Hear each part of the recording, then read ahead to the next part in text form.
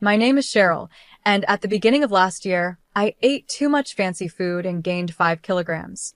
Now I'm 49 years old and trying to lose weight before the holidays. My plan is to lose 5 kilograms now so that if I gain it back during the holiday season, it won't be a big deal, right? You must be kidding, there's so much delicious food from Christmas to New Year's.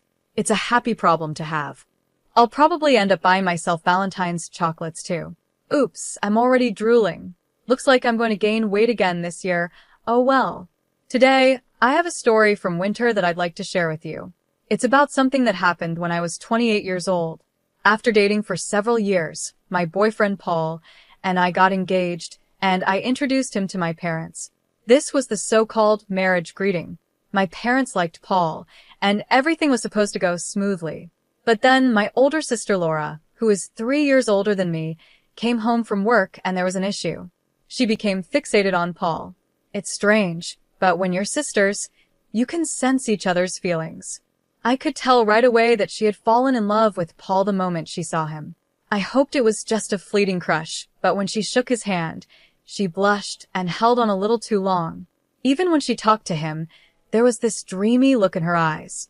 I didn't think it was right for her to act like that toward my fiancé, but maybe she didn't even realize she was doing it.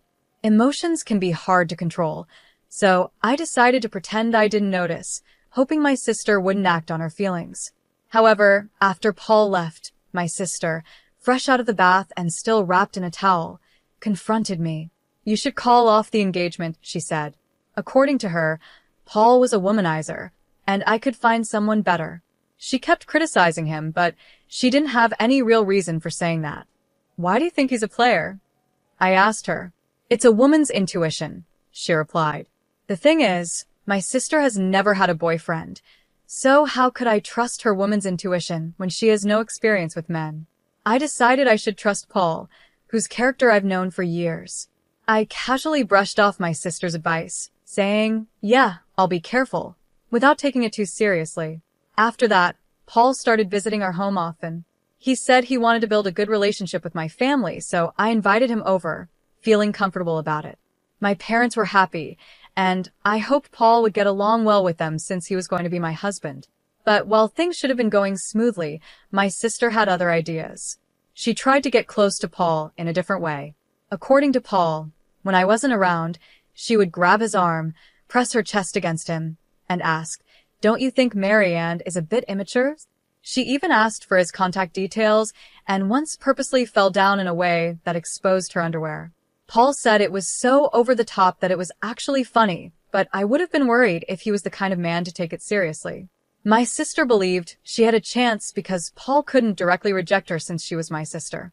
Every time they met, she would approach him with a sweet voice, saying, "Hey." It started with her falling in love at first sight, but it didn't help that Paul worked for a big company, which made him even more appealing to her.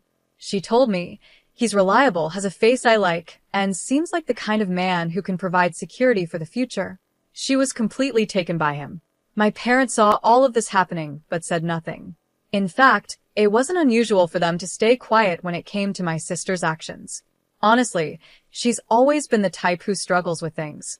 For example, if she's asked to warm up food, she might accidentally use a plastic dish that isn't heat-resistant, and it melts. She wasn't good at studying, either, or at sports. She often skipped swimming class by making excuses like hurting her foot, feeling unwell, or having skin problems. She wasn't great at schoolwork, sports, or even household chores. And, to be honest, she's not particularly good-looking either. Still, because she's the eldest daughter, my parents always treated her differently, giving her special treatment. They even quietly pushed the responsibility of supporting her onto me. I was constantly told to make sure she stood out, but without drawing attention to myself. It felt unfair to be treated so differently as siblings, but I guess my parents saw her as someone who couldn't do much on her own and felt sorry for her. On the other hand, I've always been the type to do things quickly and efficiently. Maybe the adults didn't see much value in helping someone who could handle everything themselves. So, I became good at managing my sister's needs. Sometimes I would even pretend to be less capable in public to keep the balance. But as I grew out of my teenage years, I realized that continuing like this wasn't going to help me in the long run. I started pushing back against my parents and doing things my way. If I had kept going along with everything, I would have become someone who couldn't do anything. When I started standing up for myself, my sister didn't like it much because she was losing my support, but we never really had a bad relationship. We could still talk normally, and sometimes I even gave her advice when she had problems. Our family had its issues, like being too protective of my sister and a little bit of tension between us, but I still thought we were a pretty normal family. However, things changed when Paul didn't return my sister's feelings. She couldn't handle the fact that her younger sister was getting married before her. The night before my wedding, my sister blurted out to our parents, "I can't accept that my younger sister is getting married before me." My dad tried to calm her down, saying, "Don't worry, Laura. You'll find a good partner soon, too." I agreed with him. "Yeah, Laura, it's not a big deal." But she wasn't having it. Normally, the older sister gets married first, then the younger one. It's too soon for her. "The wedding is tomorrow," I reminded her. "What are you talking about, Mom? Don't you care about me?" "I'll be the poor older sister who's left behind while her younger sister moves on," she cried. That night, I listened quietly from the hallway as my sister and our parents argued. Should my sister really get married first? If I waited for her to marry, I would end up growing much older, without any progress in my own life. What was she thinking? I hoped she would calm down after venting her frustrations. Then I heard something shocking. "We won't attend the wedding tomorrow, Laura. Please be okay with that," my father said. What? Both my parents agreed not to come to my wedding just to make my sister happy. I couldn't believe it. It was like they were under some spell, doing whatever she wanted. This went way beyond simply indulging her. Even then, my sister sighed, still not fully satisfied. "Fine, I'll compromise. Let her have a wedding that nobody acknowledges." It was clear she didn't want me to marry Paul, likely because she had feelings for him. It was unbelievable that my parents wouldn't attend my wedding because of my sister's jealousy. The day of my wedding came, but I barely slept the night before. Instead of excitement, I felt anxious and uncomfortable, constantly thinking about what had happened. I'll never forget the satisfied smile on my sister's face when my parents told her they wouldn't be there. At the venue, I had to explain to Paul and his parents why mine weren't coming. I apologized and said, "My sister doesn't support this marriage, so my family won't be attending." I told them it was heartbreaking to say that my own parents weren't coming to my wedding. My in-laws were shocked and couldn't believe there were parents who wouldn't attend their daughter's big day. After hearing my story, they stayed silent for a while. The mood felt so heavy, but then my mother-in-law gently took my hand, and my father-in-law placed his hand on top of ours. "Remember, your family is here with you. Don't let this day be a sad one. Come on. Why don't you smile?" my mother-in-law said warmly. Her words made me tear up. Paul, seeing me cry, softly stroked my head and said, "Ashley, I'm your husband now, so please stop saying that your family isn't here." My in-laws and Paul quickly tried to cheer me up, jokingly telling me not to cry because my makeup would smudge. Then, my mother-in-law looked at me with kindness and said, "Ashley, I know things are hard with your family back home, but this is the start of a new life.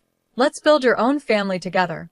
Even though I felt abandoned, her words and her strong embrace gave me comfort. Paul and my father-in-law joined in with hugs, and I told myself that everything would be okay. Like my mother-in-law said, this was a new beginning. I promised myself that I would build my own happy family, and on that day, I officially married Paul. 18 years have passed since that day. In that time, Paul and I had a daughter and 3 sons. Our daughter is capable and looks after her 3 mischievous brothers, who sometimes turn the house upside down. I surprise even myself with how often I end up shouting, "Stop it now." Paul's career has been going well, we bought a house, and we've been living a stable life. But then, something unexpected happened. My father, mother, and sister showed up at our house. After the wedding, I had kept my distance from them and hadn't given them our new address. Yet somehow they found us and came unannounced. When they appeared, instead of a warm, long time no see, the first words out of my mouth were, "What do you want?" "I need a favor from you," my sister said. My parents added, "It's something only you can do for us," looking at me with serious expressions. I had no idea what they could possibly want after 18 years of silence. Half curious and half afraid, I wondered what was going on. I stayed quiet as my mom spoke up. We want you to give Paul to your sister. What? Both Paul and I were stunned by her words. Wait a minute, what do you mean I need to give Paul away? I asked sharply. My parents both looked away, guilty, while my sister stood there, smug and proud. She's still single, and she's turning 45 this year. That's a problem, my father said. His words made no sense to me, and Paul looked just as confused.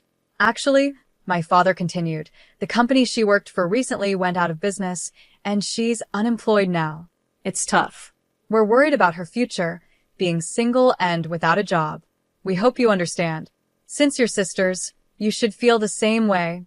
In my mind, I thought, no, I definitely don't think so, but I stayed silent, waiting to see what they would say next. I was getting frustrated with how slowly my father was speaking, but I held back from saying anything, eager to hear his point. She's always liked Paul, and she's still alone because of it. You've had your time with him. Could you let her have him for the rest of her life? What? Paul and I were speechless. My parents kept pleading, please, while my sister stood there confidently, certain she would get what she wanted. Given how my parents always catered to her, it made sense that she believed this, but the request was outrageous. As I put my head in my hands, Paul pulled me aside and whispered, this could actually be a chance. A chance? What do you mean? I asked. Well, remember that joke you made when you were drunk? It's like it's coming true, he said with a small grin. Then, should we go with it? I asked. We stood up and turned back to face my sister and parents.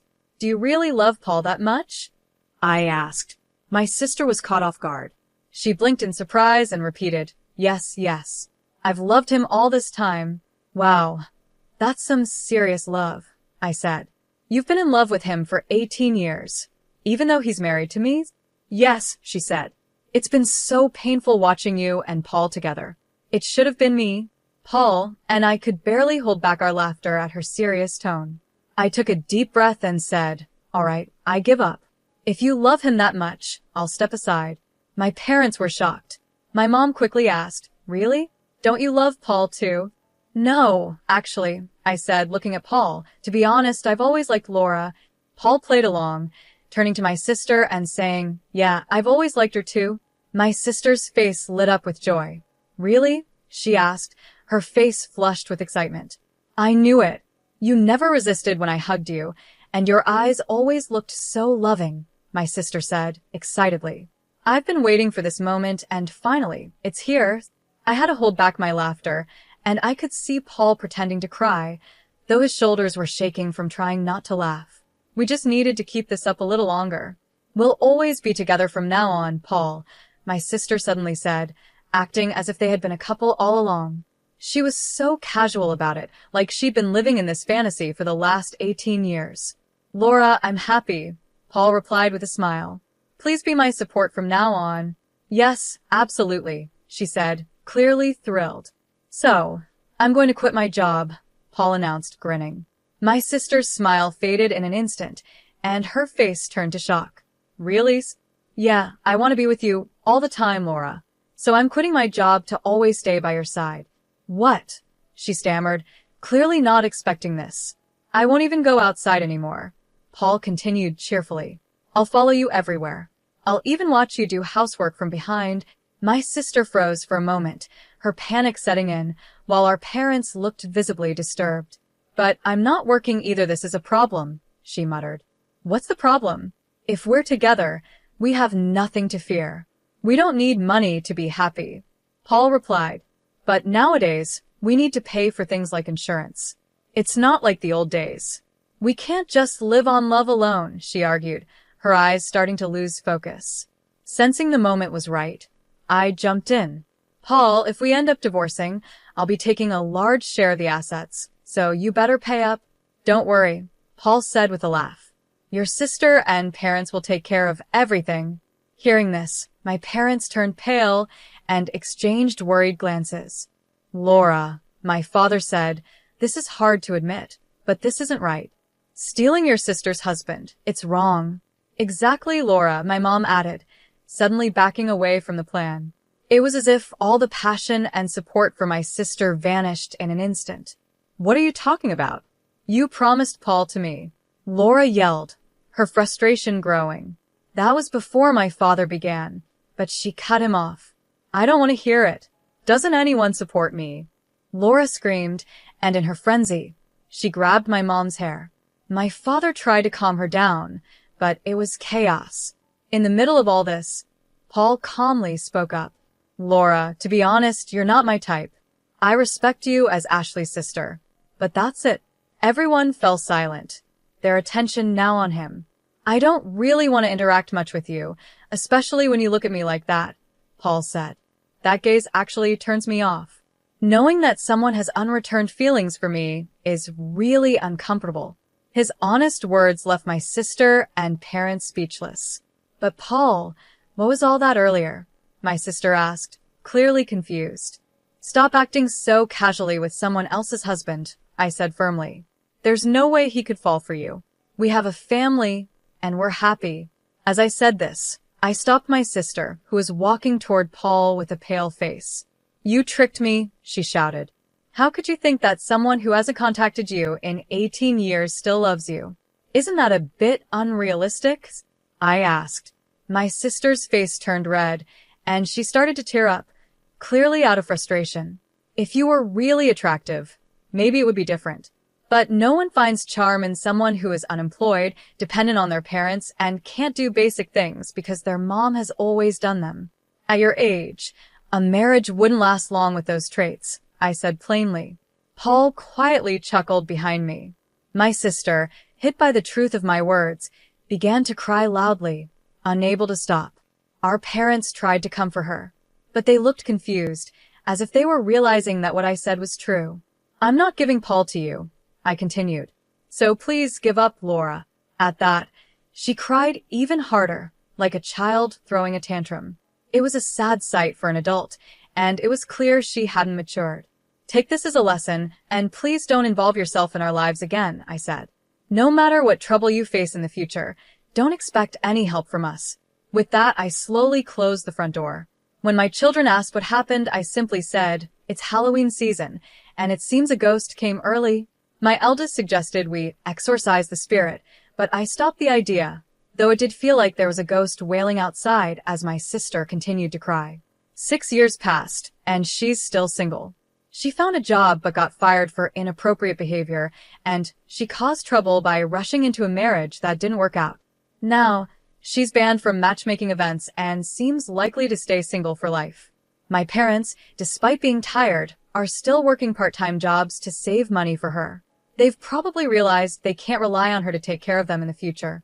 Hopefully, they now understand the consequences of spoiling her all these years. I spend my days as a homemaker without having to worry about school fees for my kids, thanks to my smart children and my husband, who has a stable job. Sometimes, I wonder if working outside the home would help me burn off the extra calories I gained during the holiday season from eating too much. My daughter, who is already slim, is entering her growth phase and has been talking about wanting to go on a diet. I'm trying to convince her not to. "You can think about dieting when you're older, like me," I tell her. My 3 sons love dancing and recently showed off their skills at a local event where they won several awards. They proudly say, "We're going to be in Pearl Jam one day." So, I really hope Pearl Jam stays together until they grow up. We regularly get visits from my in-laws, who are as dear to me as my own parents. We always enjoy delicious meals together. When the kids have their spring break, we plan to take a trip to a spa, and I'm excited about spending some quality time together. Although there were many challenges before marriage, my life since then has been filled with happiness. The bonds within our family have grown stronger, and I'm grateful for the love we share. I hope everyone stays healthy and lives long so we can continue to make precious memories together as a family.